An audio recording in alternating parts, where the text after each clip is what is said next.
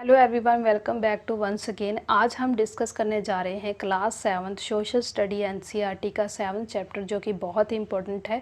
और अगर आप किसी भी एग्ज़ाम की तैयारी कर रहे हैं, चाहे वो यूपी टेट हो, चाहे एच टेट हो, चाहे वो सी टेट है, इस वीडियो में आपको बहुत सारे कुछ इंपॉर्टेंट पॉइंट मैं डिस्कस करूँगी। और इसी में से जो कि हर साल एग्ज़ाम में एक तो क्वेश्चन जो कि आ जाते हैं।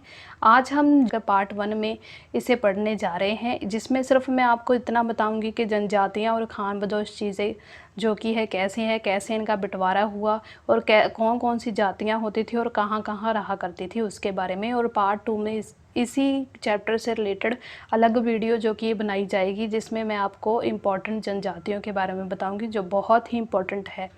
तो चलिए डिस्कस करते हैं। सबसे पहले यहाँ पर दिया गया है कि जनजातियाँ जो कि है कैसे बनी। ब्राह्मणों द्वारा ये सुझाव दिया गया था, बड़े नियम बनाए गए थे और कि लोगों को जनजातियों में बांटा जाए, और बड़े बड़े राज्यों के राजाओं द्वारा इसे स्वीकार किया गया। इससे ऊंच और नीच तथा अमीर और गरीब के बीच बहुत ज़्यादा फासला बढ़ चुका था, और दिल्ली के सुल्तानों और मुग़लों के काल में ये श्रेणीबद्ध समाज बहुत ज़्यादा जटिल जो कि बन चुके थे। तो यहाँ पर उसकी स्टार्टिंग हुई है। यहाँ पर आप देख सकते हैं कि इसका आइडिया किसने दिया? ब्राह्मणों द्वारा दिया गया था, और उसके बाद उन पर जो कि डिस्क्रिमिनेशन, भेदभाव होना जो कि शुरू हो चुका था। तो यहाँ से जनजातियाँ बननियाँ शुरू हो चुकी थी। नेक्स्ट थी बड़े शहरों से परे जनजाति समाज कहते थे। उपमहाद्वीप के कई समाज ब्राह्मणों द्वारा सुझाए गए थे। समाजी नियमों और कर्मकांड को कई लोग नहीं मानते थे, तो वो कई असमान वर्गों में विभाजित थे। अक्सर ऐसे समाजों को जो कि जनजातियां कहा जाते थे। जनजातियां वो लोग, उन्हें कहा जाता है जो लोग दूसरे जो ब्राह्मणों द्वारा सुझाव दिए गए थे उन चीज़ों को नहीं मानते थे। उन्होंने अपनी ही जनजातियां बनाई हुई थी, अपने ही लोगों में वो अपनी परंपराएं चलाते थे और अपने ही रूल रेगुलेशन वो फॉलो करते थे। उनका दूसरों के साथ कोई भी लिंक नहीं था, तो उन्हें जनजातियां कहा गया। प्रयुक्त जनजातियों के सदस्य नातेदार के बंधन से जुड़े होते थे। कई जनजातियों खेती से अपना आजीविका चलाते थे, यानी कि अपनी लाइफ जीते थे। और कुछ दूसरी जनजातियों लोग शिकार भी किया करते थे, संग्राहक भी किया करते थे और पशु भी पालते थे, यानी कि पशुपालक थे। वह अपने निवास स्थान के प्रकृति संसाधनों का पूरा पूरा इस्तेमाल करने के लिए इन गतिविधियों से मिला जुला रूप अपनाते थे। कुछ जनजातियाँ खान बदोश थी। खान बदोश उन्हें कहा जाता था जो एक जगह से दूसरी जगह जो कि है घूमती रहती थी। जनजातियां समूह संयुक्त रूप से भूमि और चार गांव पर नियंत्रण रखते थे, यानी कि उनका जो काम था वो भूमि और जो भी संसाधनों उन्होंने जिससे भी लेना है उन पर नियंत्रण रखते थे। अपने खुद के वो नियम के आधार पर परिवारों के बीच जो कि है बंटवारा किया करते थे, यानी कि उनके खुद के अपने नियम भी बने हुए थे। इस उपमहाद्वीप के विभिन्न हिस्सों में कई बड़ी जनजातियां फली फूली।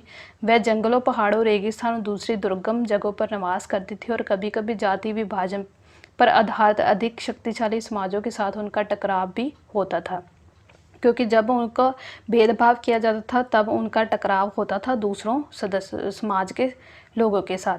कई मायनों में इन जनजातियों ने अपनी आज़ादी को बरकरार भी रखा और अलहंदा संस्कृति को जो कि है बचा कर रखा।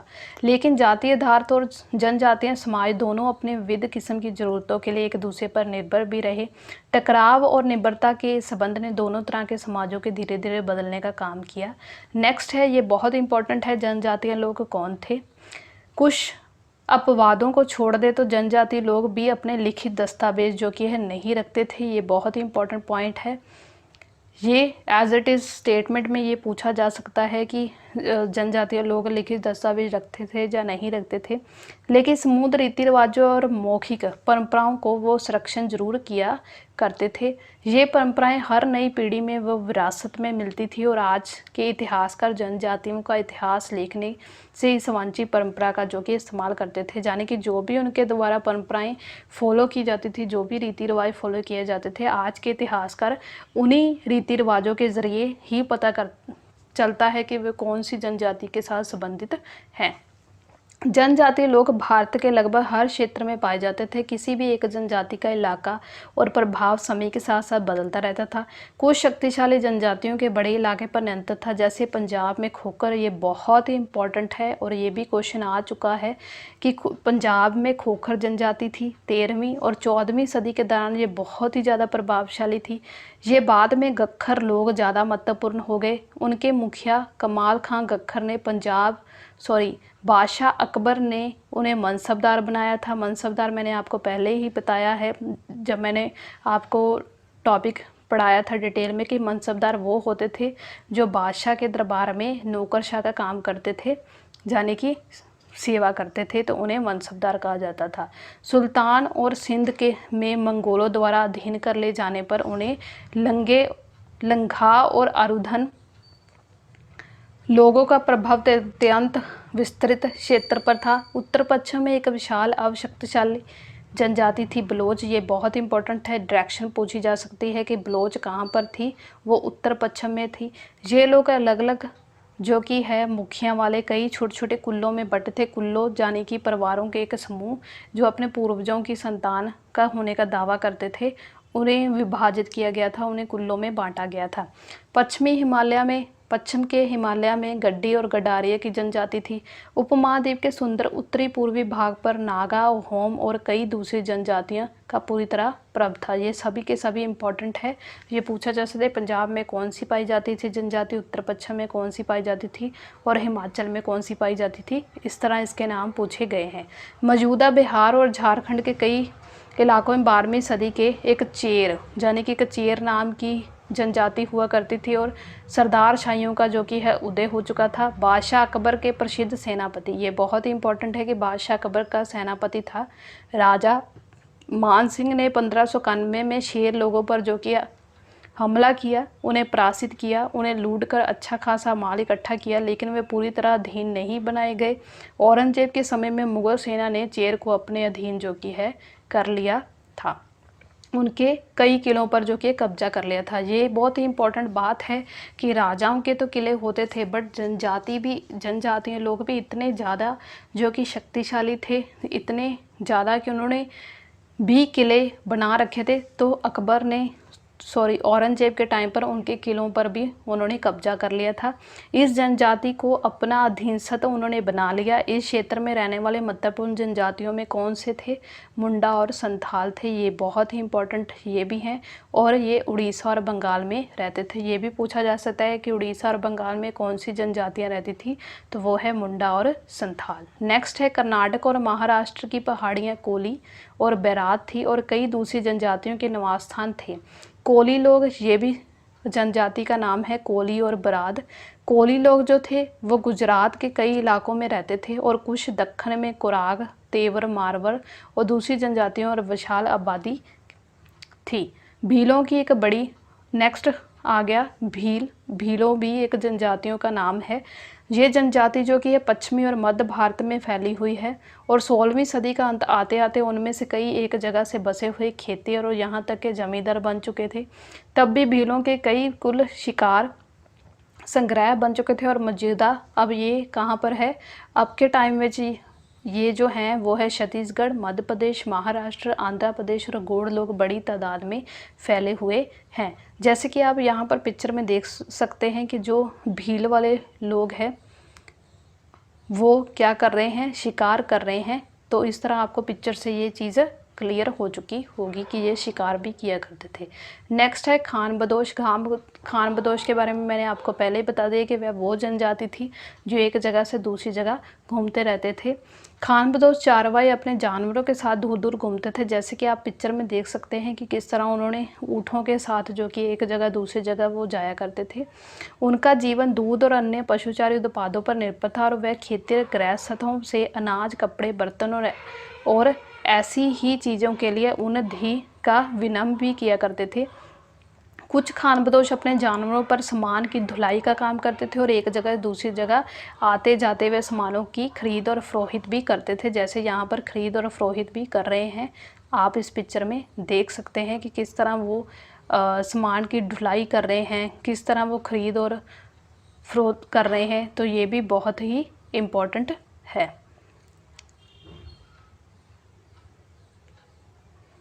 नेक्स्ट है बंजारा लोग। ये सबसे इम्पोर्टेंट है बंजारा लोग। बंजारा लोग सबसे महत्वपूर्ण व्यापारी खानबदोश थे। उनका कारवा जो कि टाडा कहलाता था, ये बहुत ही इम्पोर्टेंट क्वेश्चन है।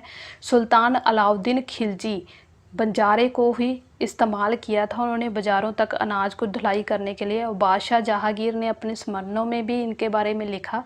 बंजारे विभिन्न इलाकों में अपने बैलों पर अनाज लेकर जाकर शहरों में बेचते थे और सेना अभियानों के दौरान वे मुगल सेना के लिए खदानों की ढुलाई भी काम करते थे और किसी भी विशाल सेना के लिए वो 1 लाख बैल जो कि अनाज भी ढोते थे। ये बहुत ही इम्पोर्टेंट पॉइंट है कि अलाउद्दीन खिलजी ने कौन सी जनजाति को जो कि है यूज़ किया और उसका इस्तेमाल किया। नेक्स्ट यहाँ पर ये इम्पोर्टेंट है कि 17वीं सदी के आरंभ में भारत में आने वाला एक अंग्रेज व्यापारी पीटर मुंडी ने बंजारों पर वर्णन किया।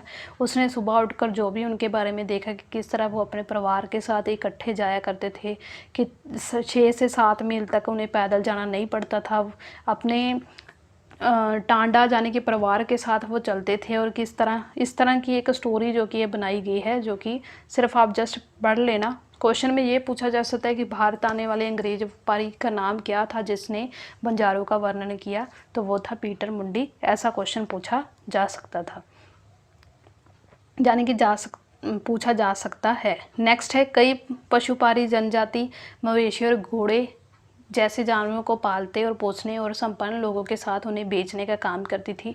छोटे मोटे फेरी वालों की विभिन्न जातियां भी एक गांव से दूसरे गांव भ्रमण करती थी और ये लोग रस्सी, सरकंडे की चीज़ें, फूस की चटाई और मोटे बोरे जैसे माल बनाते और बेचते थे।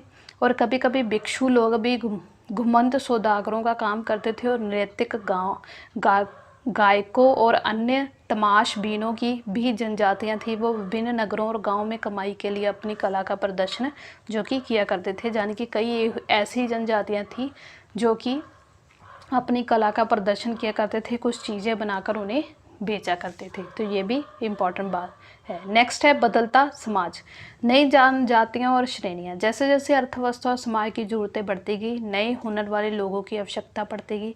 वर्णों के भीतर छोटी छोटी जनजातियां उभरने लगी। उदाहरण के लिए ब्राह्मणों के बीच नई जनजातियां सामने आई।